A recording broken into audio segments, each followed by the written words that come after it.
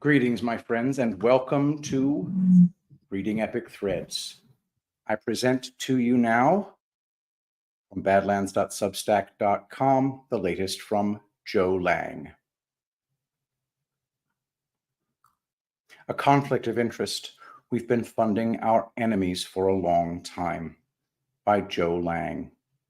To support this stream, go to tulipblooms.shop, where you will get the finest skincare line products in the world, and it will be free shipping, and promo code Shapiro gets you 10% off. Why is the enemy desperately trying to kill President Trump? It is a sure sign of them losing their grip and trying to maintain control. Desperate times call for desperate measures, but it's not really about control. It is about something else. Control is just a byproduct of something that the enemy values more than anything. I have often mentioned in this series what the keystone is. A portion of Q drop number 2807 of February 19th, 2019. Topic: taxpayer theft, insider versus outsider, retain control versus lose control. Kennedy was an outsider, assassinated. Reagan was an outsider, assassination attempt. POTUS is an outsider, class high. How much money, cash, was sent by the Fed to Iraq? Iraq war.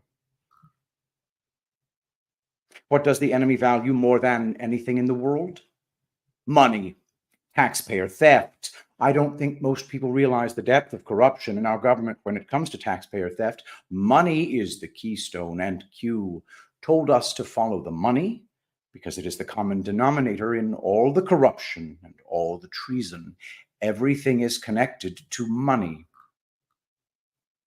Anybody who tries to stop the flow of money from the taxpayers to the hidden enemy and their puppets is deemed a threat. And when that person sits in the most powerful position in the world and also commands the most feared fighting force in the world, extreme measures are used to eliminate that threat. Trump and his family risk their lives every single day to defeat this worldwide enemy. The war is real. And Trump accepted that reality long before he ever announced he was running for president.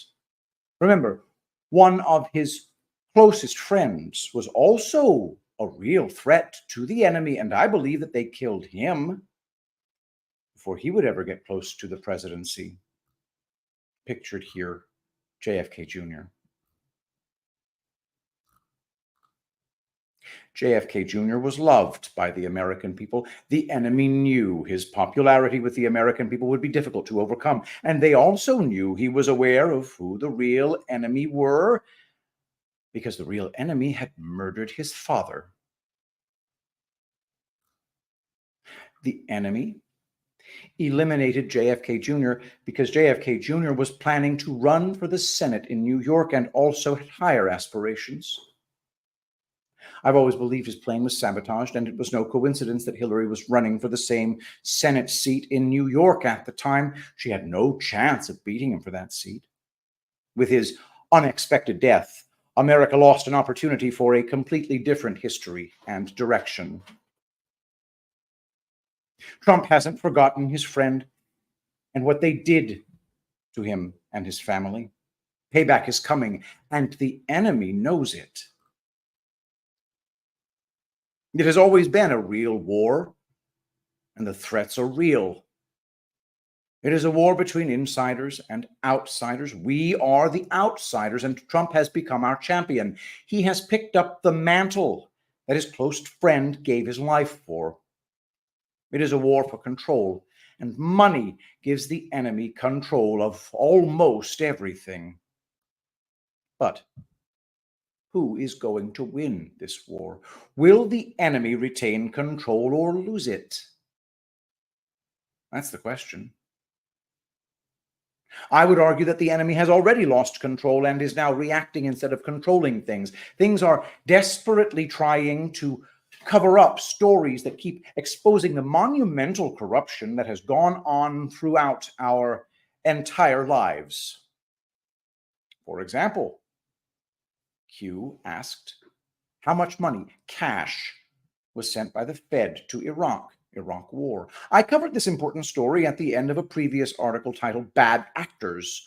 I explained in that article how tens of billions of dollars were stolen during the Iraq War, and an investigation done during the George W. Bush presidency revealed that over $1 billion was discovered in a Lebanon bunker. Bush quashed the investigation and nothing came of it. This story, like a lot of stories based on theft of large amounts of taxpayer money, was swept under the rug and quickly forgotten. Politics is just one big scam. Both parties are just stealing our money. But I left out one important part of that story, and it's connected to a man you've never heard of. This connection is a huge clue and helps to reveal why tens of billions of US dollars were allowed to be stolen. This person exposes who this money was really intended for, in my opinion, according to CNBC. Quote, "It has been called the largest airborne transfer of currency in the history of the world, but finding out what happened to all the money involved has become one of the biggest financial mysteries of all time. The money was packed onto pallets inside a heavily guarded New York Federal Reserve compound in East Rutherford, New Jersey, trucked to Andrews Air Force Base outside of Washington, and flown by military aircraft to Baghdad International Airport.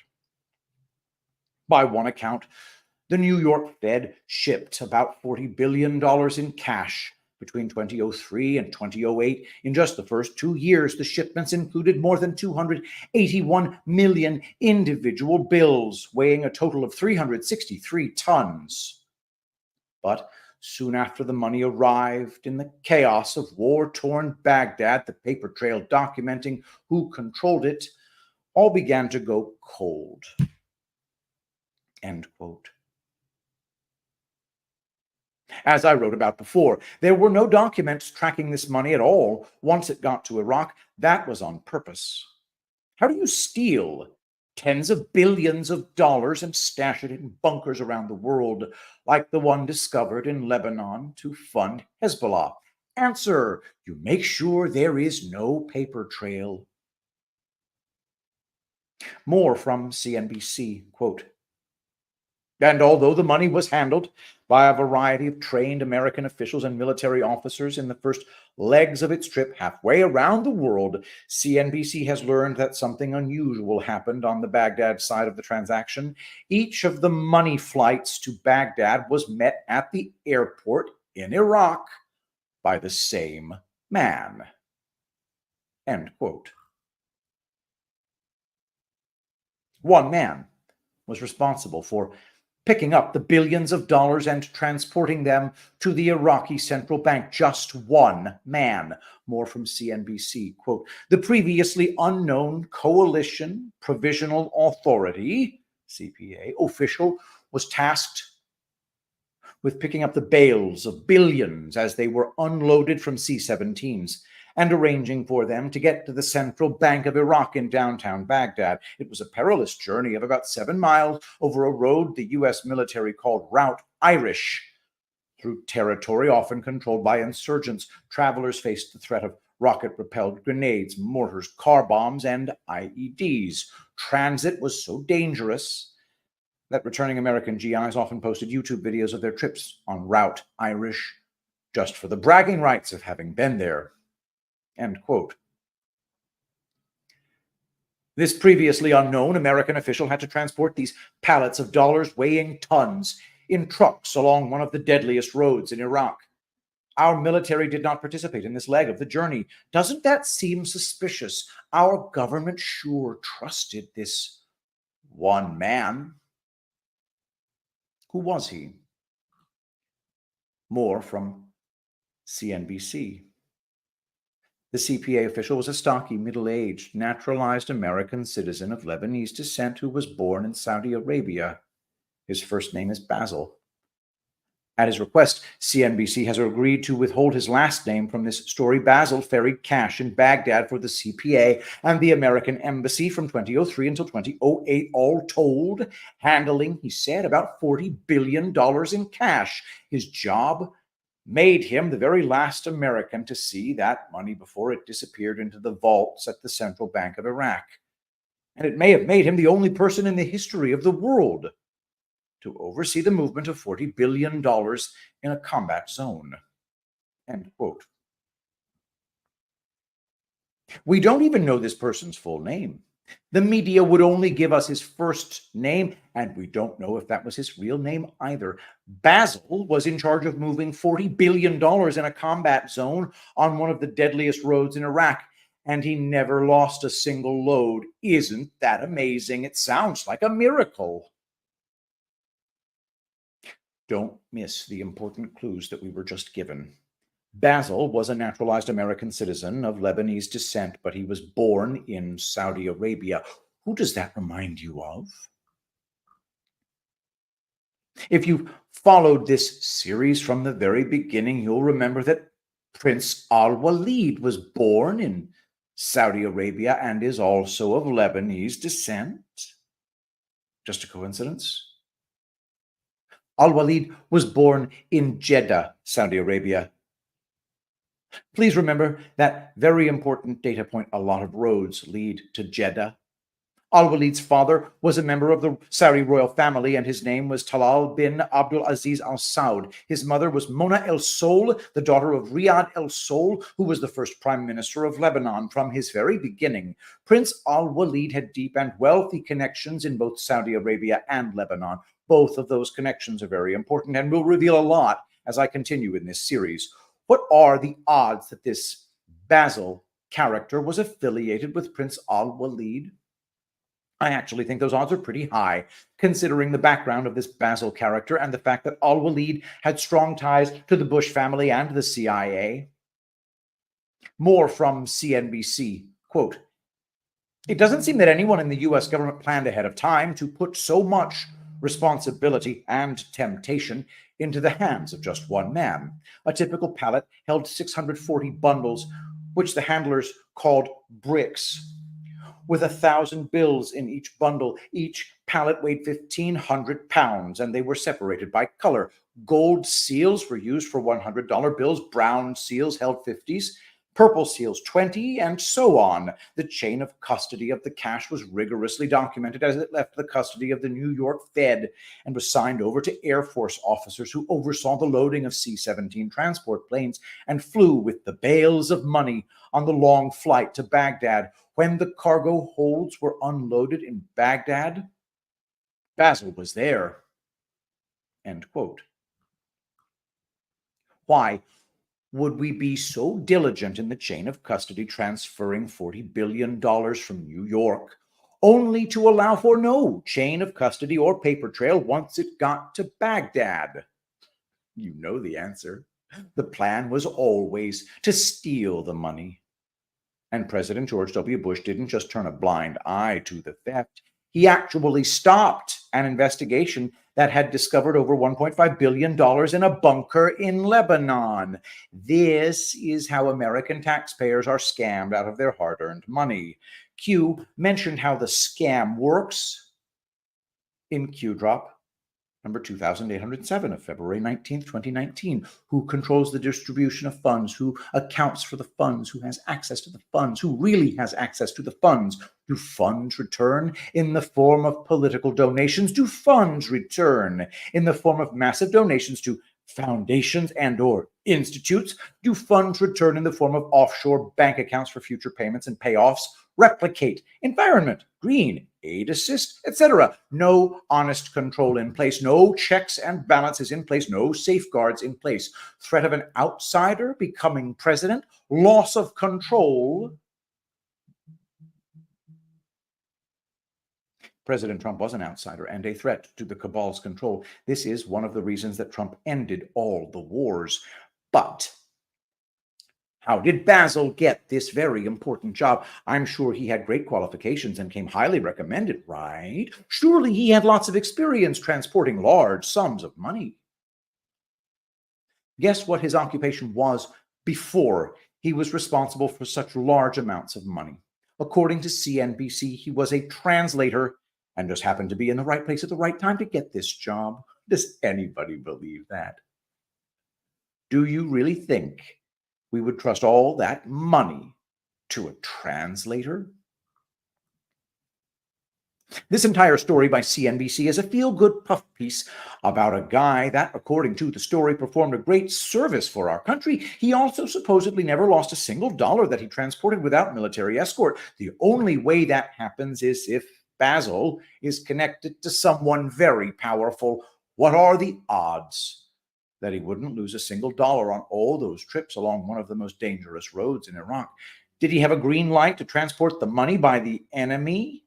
We did find out later about the money that was stolen and ended up in a Lebanon bunker. How did it get there? You see, terrorists don't have to steal large amounts of money like bank robbers. Do you want to know why? Because they are being funded by the CIA and our shadow government. We were flying billions of dollars straight to our enemies, right under the noses of the American people. A war zone has always been the perfect cover for taxpayer theft. We now know that more than half of this money was stolen, and George W. Bush didn't want anybody to know where it went. He was one of al-Walid's biggest puppets. But I want to share a little interesting bit of information at the end of this article. More from CNBC. Quote, today, Basil says he is planning a trip to Sudan and is negotiating for a contract to transport billions of dollars in cash into newly liberated Libya. The man who escorted $40 billion says he still needs to earn a living, end quote. This mystery man who played a unique part in the theft of tens of billions of dollars in Iraq was now negotiating to do the same job in Libya. This article was published back on October 25th, 2011. Muammar Gaddafi was killed just 5 days earlier. Do you think that's just another coincidence? We funded our enemies in Iraq, and now we were going to do the same thing in Libya. Libya was also a large money laundering operation like Iraq and was actually much worse. War is one of the biggest ways taxpayers are forced to fund our enemies, but there are so many more ways that people don't yet realize. What's another way? Lobbying. I mentioned an important person in my previous article titled Transparency and Prosecution. His name was Musa Mustafa. He was the head of a lobbying group in Washington, D.C., raising money for a Syrian rebel army trying to overthrow Bashar al-Assad. But in reality, as I pointed out in that article, it was actually a lobbying group for ISIS. Congress was giving taxpayer money to ISIS. John McCain was directly connected to Mustafa and was helping to fund and arm ISIS. He was doing it with the full approval and blessing of President Obama.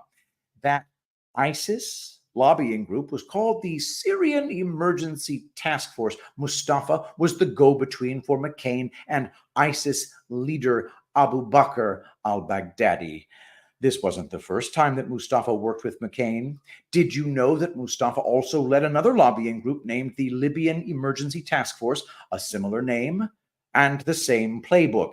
It is actually easy for the enemy to steal taxpayer money through lobbying. According to LPR.com, quote, Mr. Mustafa was born and raised in Damascus, Syria, before moving to the U.S. as a teenager. He is the current executive director for SETF, political director for UFS, United for a Free Syria, as well as a board member of the Coalition for a Democratic Syria, CDS. Mr. Mustafa also worked with the Libyan Revolution. During this period, Mr. Mustafa was the executive director of the Libyan Council of North America, LCNA, political director of the Libyan Emergency Task Force, LETF, and worked closely with top officials within the Transitional National Council, TNC, end quote. Before Mustafa became a lobbyist for ISIS in Washington, D.C., and chaperoned McCain in Syria to meet with the leaders of ISIS, he was a lobbyist for the terrorists in Libya trying to overthrow Gaddafi. That lobbyist group was named the Libyan Emergency Task Force. These lobbying groups are set up by our enemies to fund the very groups we are at war with. McCain knew exactly who these groups were representing, and so did a lot of other government officials. It's all just a big game. The American taxpayers are just one giant piggy bank and always have been.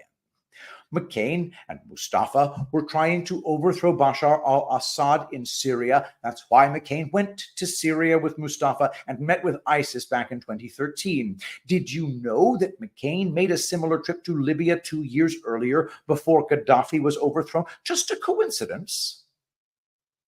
Did you know that Mustafa and McCain were both heavily involved in trying to overthrow Gaddafi before they were trying to overthrow Bashar al-Assad? They had been working together to fund our enemies for a long time. Did you catch who Mustafa was working closely with? It was the Transitional National Council, TNC. Guess who McCain was pressuring Congress to support? According to Politico, quote, as he visited the Libyan rebel stronghold of Benghazi on Friday, Senator John McCain, Republican of Arizona, praised the Obama administration for its military action, but called on NATO allies to do more in the region to support the anti-Gaddafi rebels he called heroes. Quote, I would encourage every nation, especially the United States, to recognize the Transitional National Council as the legitimate voice of the Libyan people, the Arizona Republican said of the government body that's been formed by the anti-Gaddafi movement. They have earned this right, and Gaddafi has forfeited it by waging war on his own people, end quote. McCain said that supporters of the rebel movement ought to provide, quote, every appropriate means of assistance, including command and control support, battlefield intelligence, training, and weapons, end quote. McCain, the ranking Republican on the Senate Foreign Relations Committee, has been a strong proponent of U.S. intervention in Libya and has called on President Barack Obama to provide more military support, including arms, to the rebels. End quote. Benghazi was the Libyan rebel stronghold, and McCain went to meet these rebel leaders in April of 2011 in order to draw media attention to gain more support for the overthrow of Gaddafi. Did you see how McCain described these rebel leaders? McCain called these rebel leaders his heroes. The fake war hero was describing these rebels trying to overthrow Gaddafi as his heroes. McCain was also encouraging every nation, including the United States, to recognize the Transitional National Council as the legitimate government of the Libyan people. That was the same council that his good ISIS buddy Mustafa had close ties to. Why did McCain want our government to recognize the Transitional National Council as the legitimate government of Libya? Answer, because that would make it a lot easier for taxpayer money to flow directly to these rebel groups. But who are these rebels who John McCain called his heroes and wanted taxpayers to fund and support? According to The Guardian, quote, U.S. Senator John McCain, one of Congress's most vocal supporters of military intervention in Libya, said rebels fighting Muammar Gaddafi's troops were his heroes and praised their efforts to overthrow the dictator. The most senior Republican on the Senate Armed Services Committee made the remarks during a visit to Benghazi on Friday before a meeting with opposition leaders to assess the situation on the ground. He is the most senior U.S. official to visit the rebel-held eastern city. McCain called for U.S. military intervention in Libya in February, weeks before the UN Security Council authorized military action to protect civilians and impose a no-fly zone. When Obama acted with limited congressional consultation, McCain defended the president, saying he could not wait for Congress to take even a few days to debate the use of force. If he had, quote, there would have been nothing left to save in Benghazi, end quote, end quote. Isn't it interesting that McCain was the most senior U.S. official to actually travel to Benghazi? Why? For the same reason that he traveled secretly to Syria to meet with ISIS leaders, even though he didn't have diplomatic relations with Syria at the time. You see, John McCain thinks that he's a really big deal. We constantly used his reputation, seniority in Congress, and war hero image as a way to give legitimacy to groups he supported. This was McCain's value to al-Walid. And this is why he was pumping money into the McCain Institute. This is why al-Walid was pumping money into the McCain Institute. McCain fought to give legitimacy to the rebels in Libya trying to overthrow Gaddafi in 2011, and also the rebels trying to overthrow Bashar al-Assad in Syria 2 years later. As I proved in an earlier article, those rebels that McCain met with in Syria were ISIS terrorists. It is no coincidence that McCain traveled to Benghazi and praised Obama for launching airstrikes to protect the rebels who were based there. Were these rebels just freedom fighters, like McCain and others would imply to the American people? According to Consortium News, quote, while McCain's Senate office functioned as a clubhouse for arms industry lobbyists and neocon operatives, his fascistic allies waged a campaign of human devastation that will continue until long after the flowers dry up on his grave. American media may have sought to bury his legacy with the senator's body, but it is what much of the outside world will remember him for. They are not Al-Qaeda, end quote. John McCain said they are not Al-Qaeda. Do you remember that quote? Do you remember when McCain declared that the rebel fighters in Libya weren't affiliated with Al-Qaeda? Who were these Libyan rebel fighters? More from Consortium News. Quote, when a violent insurgency swept through Libya in 2011, McCain parachuted into the country to meet with leaders of the main insurgent outfit, the Libyan Islamic Fighting Group, LIFG, battling the government of Muammar Gaddafi. His goal was to make kosher this band of hardline Islamists in the eyes of the Obama administration, which was considering a military intervention at the time, end quote.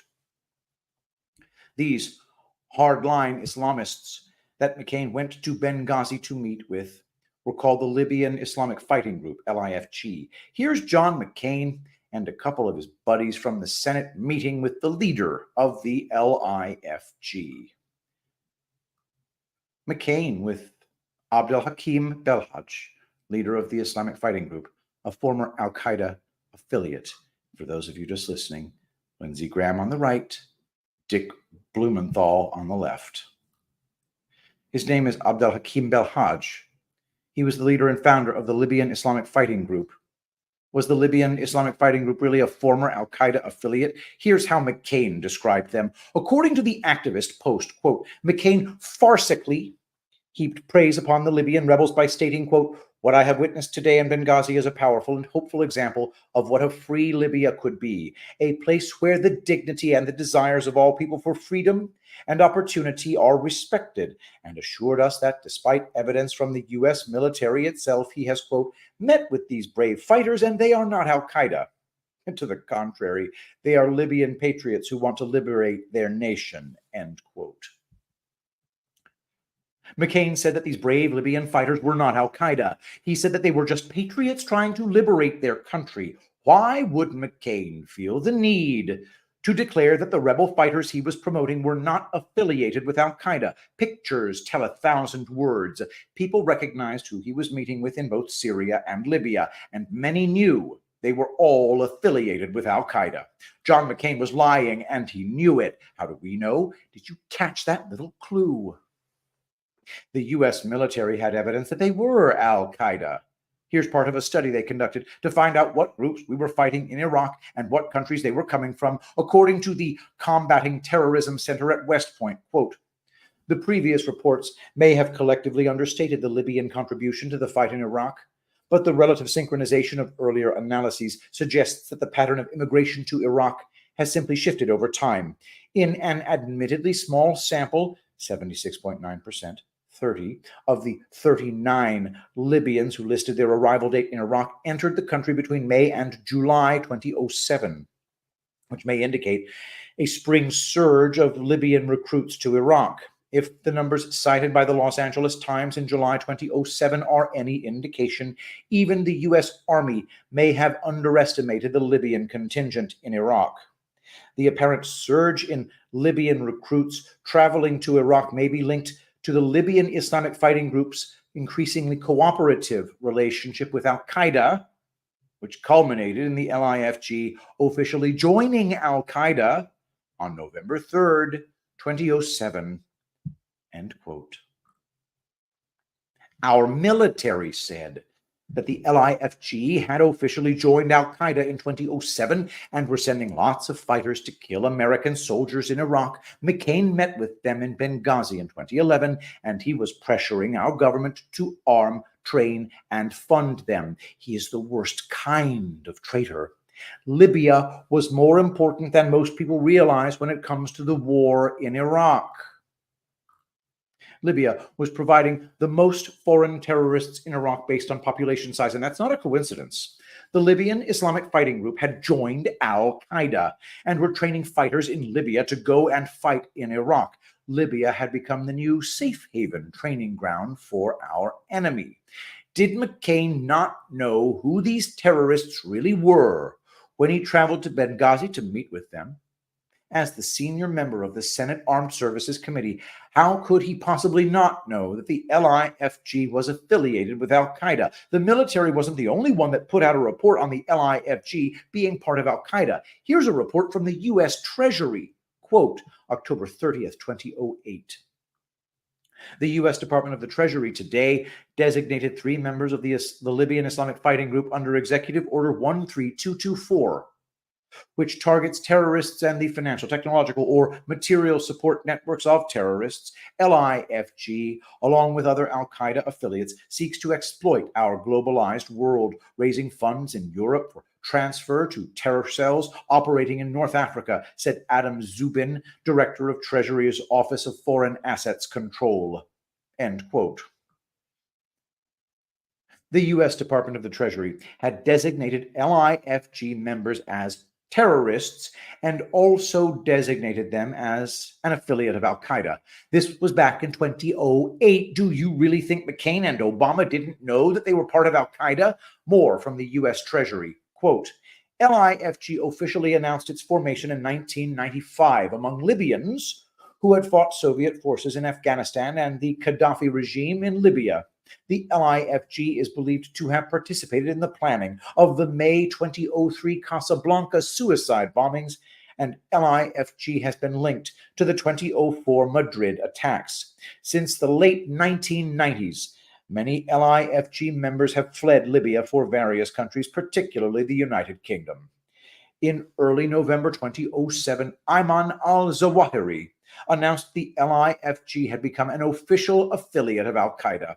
The LIFG was named a specially designated global terrorist, SDGT, in the annex to Executive Order 13224 on September 23, 2001, and was added to the UN 1267 Committee Consolidated List of Individuals and Entities Associated with Al Qaeda or the Taliban on October 6, 2001. End quote. LIFG was formed back in 1995, and many members joined the Mujahideen fighting the Soviets in Afghanistan. That's an important data point. As I pointed out in a previous article, the Mujahideen were a private army that the CIA created and funded to protect their heroin trade in Afghanistan. That article was titled, Who is the Real Enemy? The LIFG had also committed terrorist bombings that killed many civilians, but did you catch what happened in the late 1990s? Many LIFG members have fled Libya for various countries. Why were they fleeing Libya? I thought that Gaddafi was a big sponsor of terrorism. Wasn't he the one behind these bombings and terrorist attacks happening around the world? LIFG members were fleeing Libya because Gaddafi was fighting these terrorists in his own country. Gaddafi was waging war on them and had arrested a lot of them. But the image of Gaddafi portrayed in the media was that he was a big sponsor of terrorism. Our CIA-controlled media constantly painted him in the same light as Saddam Hussein. There's a reason for that. The CIA has always used the media to paint their targets as the worst enemies in the world. But then what happened in 2001? The 9/11 attack on the World Trade Center by Al Qaeda. Shortly after that attack, the LIFG was named a specially designated global terrorist and then was added to the UN 1267 Committee consolidated list of individuals and entities associated with Al-Qaeda or the Taliban. They weren't just a known terrorist group that was associated with Al-Qaeda. They also had 2 training camps in Afghanistan at the time of the 9/11 attack. That wasn't just a coincidence. Even the State Department designated the LIFG as Al-Qaeda. Does anybody really think that McCain and Obama didn't know that the freedom fighters McCain met with and Obama gave support to were part of Al-Qaeda? What's the truth? The truth is, our corrupt CIA shadow government has been arming and training the very terrorists that we have been at war with since the 1980s. Our troops have been purposely sacrificed on the battlefield for one reason. The never-ending war on terrorism was never ending by design. It was all about one thing: money. Why did McCain feel the need to travel personally to Benghazi? Benghazi was always important to the CIA shadow government. It was a big part of their overall plan. Why? According to McClatchy, D.C., quote, every week, about a dozen Syrians arrive at Benghazi's airport for what's described as insurgent training. When they fly out, they're carrying fake Libyan passports, according to 3 officials familiar with the comings and goings of foreigners at the airport. The accounts of the officials, who asked to remain anonymous because of the sensitivity of the topic, are more evidence that this city in Libya has become a regional hub for Islamist extremists seeking to hone their combat skills. Fighters from Tunisia and Algeria also are thought to be training here, driving across Libya's borders to reach Benghazi, the birthplace of the uprising that, with NATO's help, toppled Muammar Gaddafi 2 years ago. But the Syrians' routine arrival and departure by air indicates that the training process is better organized and financed than had been realized. End quote. This training of terrorists in Benghazi is better organized and financed than had been realized. Libya became a hotbed for terrorist training after Gaddafi was overthrown, especially Syrian terrorists. That was always the plan. ISIS fighters are now being trained by McCain's heroes in Libya and then flown to Syria through Turkey. They were using taxpayer money to increase the number of ISIS fighters who were conquering the Middle East at the time, while Obama ignored their threat and called them the JV team to distract the American people. All by design. These terrorist training camps for Al-Qaeda in Benghazi were vitally important because we were now fighting a war in Afghanistan because of 9/11. That's where most of the Al-Qaeda training camps were before 9/11, and now the CIA needed to relocate them so that they could keep feeding a constant supply of new fighters to kill our soldiers. The longer the war, the more money they can steal. The war in Afghanistan went 20 years, and if it weren't for Trump, it probably would have gone on for another 20 years. How many trillions of dollars were stolen? I'll get to 9/11 later in this series. But let's go back to the leader of the LIFG that McCain met with. Abdul Hakim Belhaj is a major player in this story, and I bet nobody has ever heard of him. He overthrew Gaddafi. And then what happened to him?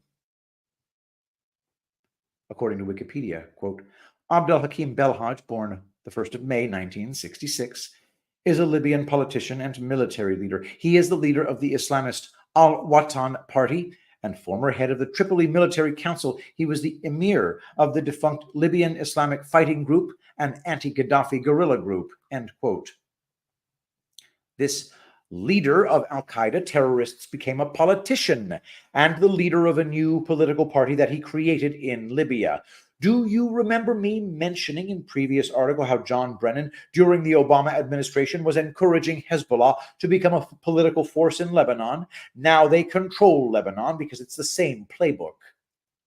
According to Africa Intelligence, quote, United Nations Special Representative for Libya, Martin Kobler, has been negotiating since March 2016 with former warlord Abdul Hakim Belhaj and other militia leaders to install Fayez el-Sarraj, his national security government in Tripoli. Belhaj, the former emir of the LIFG, is thus continuing to play a key role in the discussions with the international community, which began with the fall of Muammar Gaddafi in 2011. End quote. Near the end of the Obama administration, Belhaj was actually in negotiations with the UN to establish a government in Libya. This is the same guy that our military, along with our government and the UN, had declared to be the leader of a terrorist group affiliated with al-Qaeda. More from Africa Intelligence, quote, he has had a tumultuous career. He fought in Afghanistan in the 1980s, was interrogated in the prisons of the CIA in the early 2000s, and then held in Libya's Abu Salim prison. In 2009, with the help of Muslim Brotherhood preacher Ali Salabi, he negotiated his liberation with Gaddafi's son, Saif al-Islam. In 2011, he went to Qatar to take command of the elite February 17 Brigade when the insurrection against the regime in Libya began. End quote. These are some key data points and background on Belhaj. They help us to understand just how important this man is to this CIA shadow government conspiracy centered around Benghazi. He fought in Afghanistan for the CIA Mujahideen against the Soviet Union. That was where he first met Osama bin Laden. Did you know that he was directly tied to Osama bin Laden? They were much closer than most people know.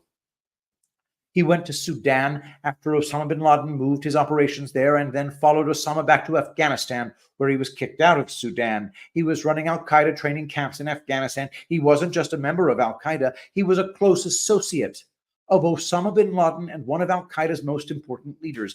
That's why he went into hiding immediately after 9/11 and was arrested in Malaysia.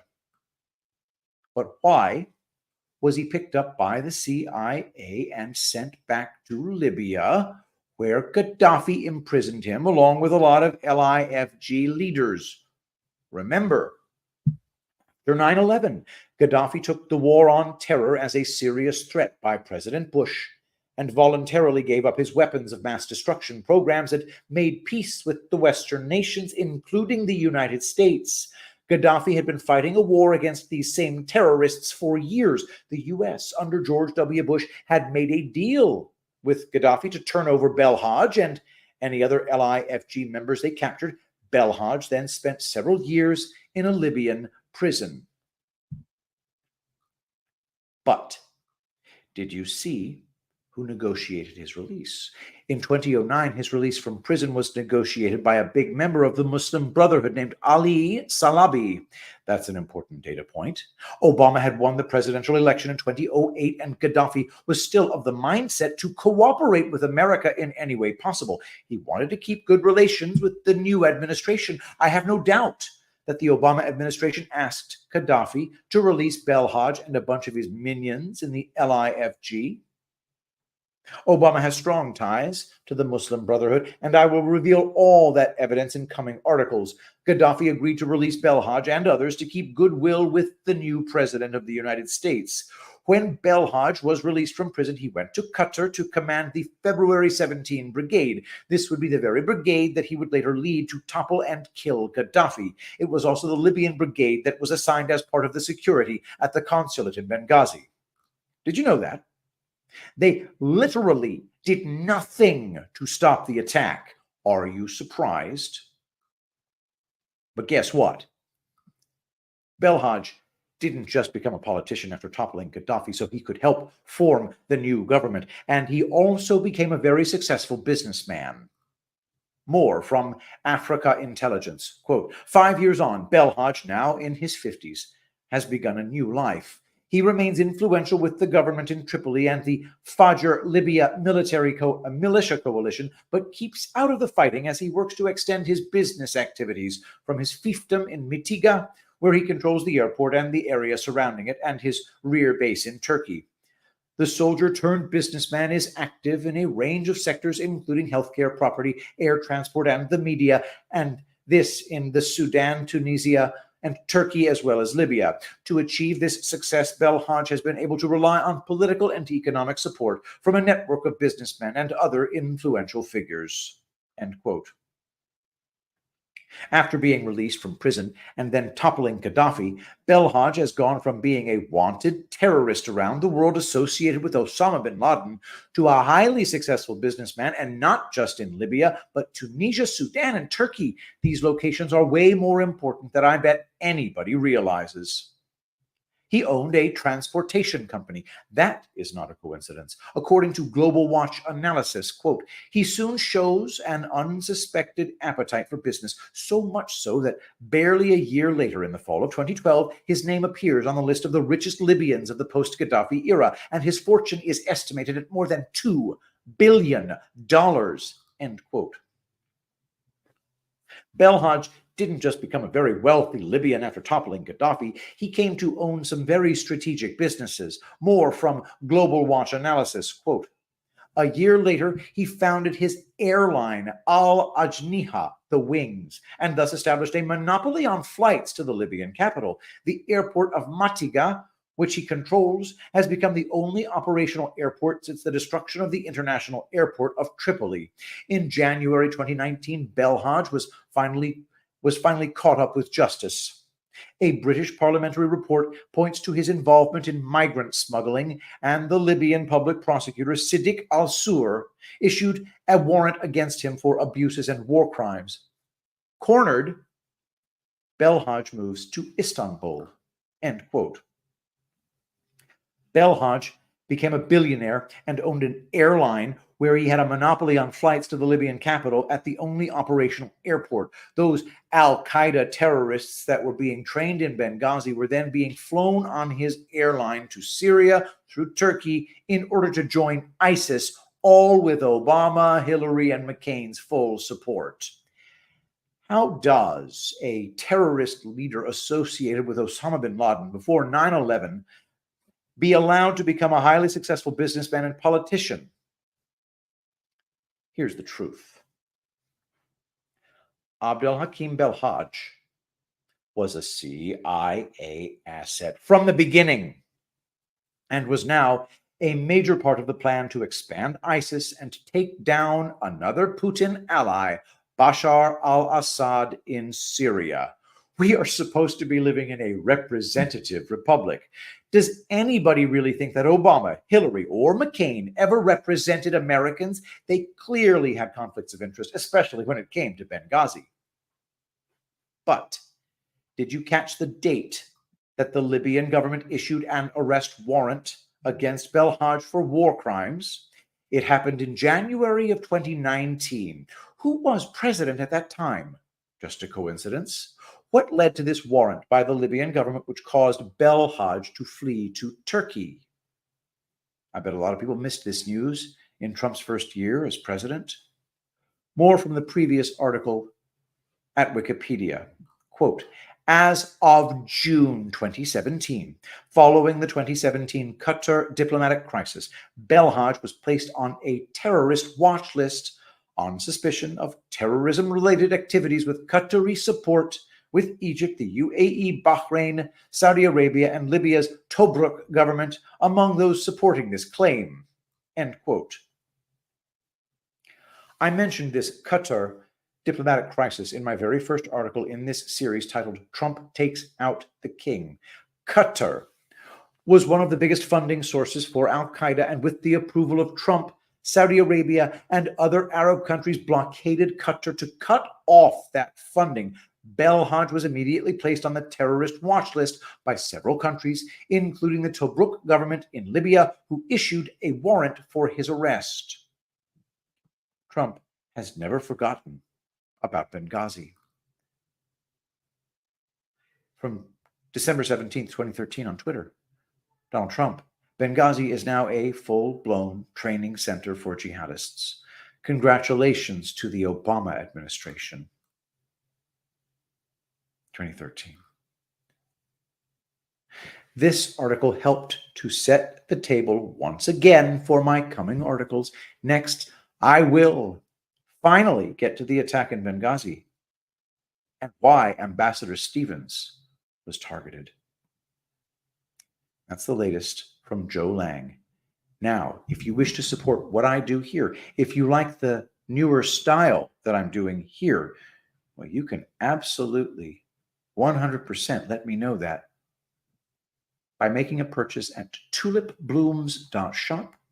Use promo code Shapiro for 10% off your order, and for a limited time, that is until November 2nd, all orders at Rainfall are free shipping.